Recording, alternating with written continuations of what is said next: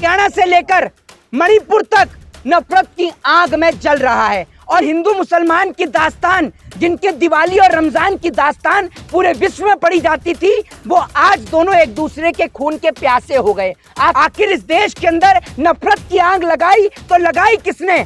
आज सतपाल मलिक का नहीं, पूरे देश के जितने भी जाट हैं उन्होंने जिम्मा ले लिया है इस देश को बचाने का। कुर्सी पर बैठने के लिए किसी भी हद तक गिर सकती है। साम दाम दंड और भेद की नीति को अपनाने का काम भारतीय जनता पार्टी करने का काम करती है।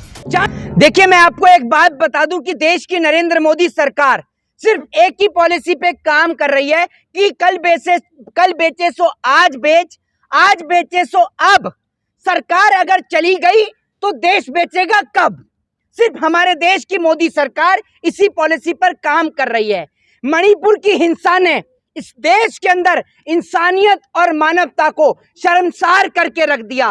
मणिपुर की हिंसा ने दिखा दिया कि इस देश के नौजवान किस राह पर, किस मार्ग पर चल रहे हैं। इस देश के नौजवानों ने जाति, धर्म और मजहब के चलते सारी सरहद और सारी सीमा को लांघ दिया। आज ये देश हरियाणा से लेकर मणिपुर तक नफरत की आग में जल रहा है और इस नफरत की आग में इस देश को अगर किसी ने झुलसाया है तो वो एकमात्र नरेंद्र मोदी सरकार है। एक बात आपको बोलना चाहता हूं कि बड़ा गहरा ताल्लुक है इस देश के अंदर सियासत से तबाही का, कि इस देश के अंदर बड़ा गहरा ताल्लुकात है सियासत का तबाही से। इस देश के अंदर बड़ा गहरा ताल्लुकात है सियासत का तबाही से। जिस्म जले या मजहब, घर जले या शहर, हमेशा कुर्सियां मुस्कुराती रहती हैं। इसके कहने का मतलब ये कि किसी के घर की बस्ती जले, किसी के घर में आग लगे या किसी के घर का व्यक्ति जले, लेकिन कुर्सियां हमेशा मुस्कुराती रहती हैं।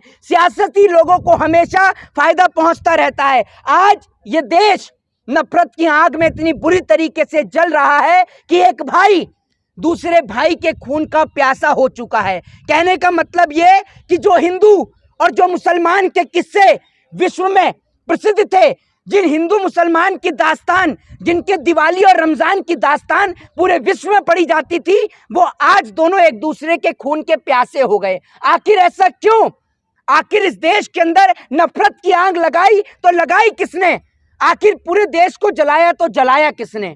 सिर्फ एक ही नाम, मोदी सरकार, जिसने साल 2014 के आने के बाद इस देश को जलाने का काम किया। मैं आज उन तमाम हिंदू भाइयों को एक बात बताना चाहता हूं और उनसे पूछना भी चाहता हूं कि आप मुझे बताएं कि जब इस देश के अंदर कावड़ियां जगह जगह जल लेकर निकलते हैं सावन के महीने में, तो उनके ऊपर कहीं एक कंकर तक भी बरसाया नहीं जाता, जबकि उनके ऊपर मस्जिद से फूल की बरसात की जाती है।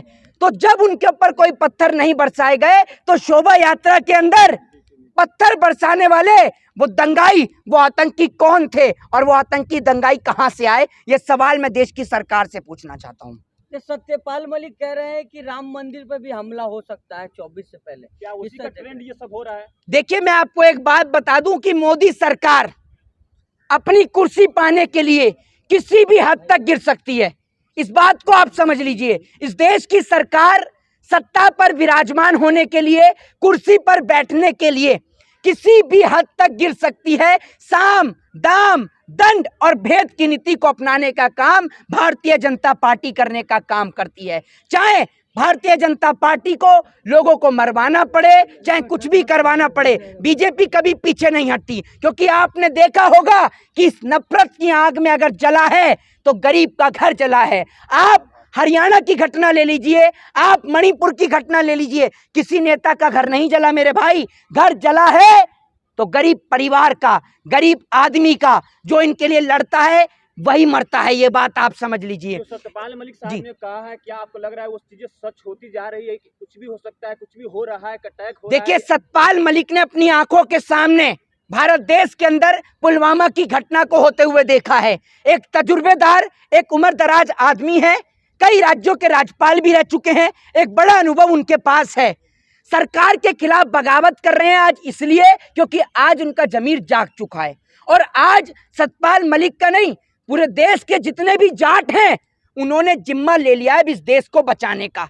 मैं आपको एक बात बता दूं, हरियाणा में दंगा हुआ तो उसको रोकने के लिए जाट सामने आए। आपने देखा होगा जिस तरीके से खाप पंचायत के प्रधान और मां खाप पंचायत के कोऑर्डिनेटर डॉक्टर ओम प्रकाश धनखड़ ने जिस तरीके से कहा है कि मेवाती हमारे भाई हैं और हम उनके ऊपर एक बूंद अत्याचार नहीं होने देंगे और जाट समाज के लोग इस हिंसा में शामिल नहीं होंगे, ये हिंसा प्रायोजित है। ये बात मैं नहीं, ये बात खाप पंचायत के कोऑर्डिनेटर डॉक्टर ओम प्रकाश धनखड़ जी ने ये बात कहने का काम लेकिन किया मोहित है शर्मा, जी। राम मंदिर जो है पूरे 100 करोड़ हिंदुओं का आस्था का सवाल है जी तो इस ऐसे बयान देना इस देखिए, राम लोगों की आस्था का प्रतीक मोदी जी के आने से पहले भी थे और अगर जब मोदी जी नहीं रहेंगे तब भी लोग राम जो है वो लोगों की आस्था का प्रतीक बने रहेंगे। मैं आपको एक बात बता दूं कि राम मंदिर लोगों की आस्था का प्रतीक था, है और सदैव बना रहेगा,